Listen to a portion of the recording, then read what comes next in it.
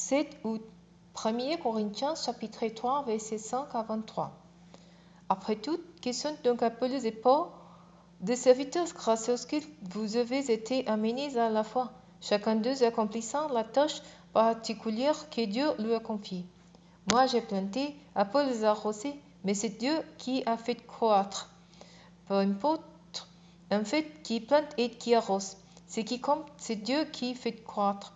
Celui qui plante et celui qui arrose sont égaux et chacun recevra son propre salaire en fonction du travail accompli.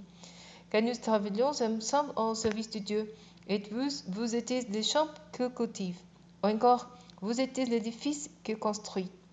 Conformément à la mission que Dieu, dans sa grâce, m'a confiée, j'ai posé chez vous les fondements comme un sage architecte. À présent, quelqu'un d'autre bâtit sur ces fondements. Seulement que chacun prenne garde à la manière dont il bâtit. Pour ce qui est du fondement, nul ne peut en poser un autre que celui qui est déjà en place, c'est-à-dire Jésus-Christ.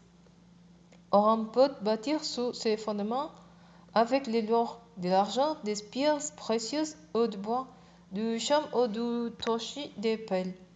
Mais le jour du jugement montrera clairement la qualité de l'œuvre de chacun et la rendra évidente.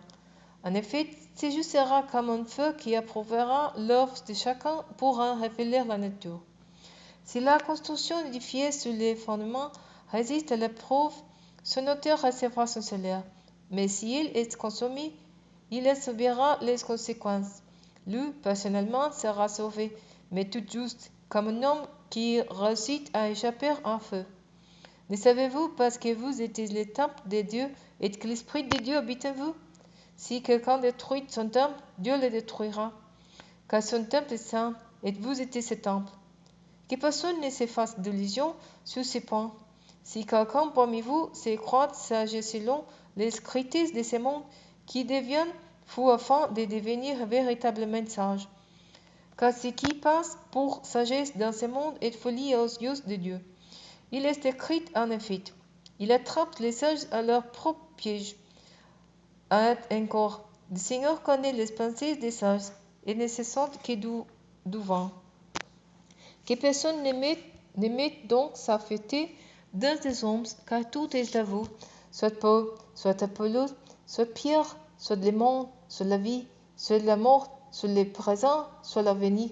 Tout est à vous, mais vous êtes à Christ et Christ est à Dieu.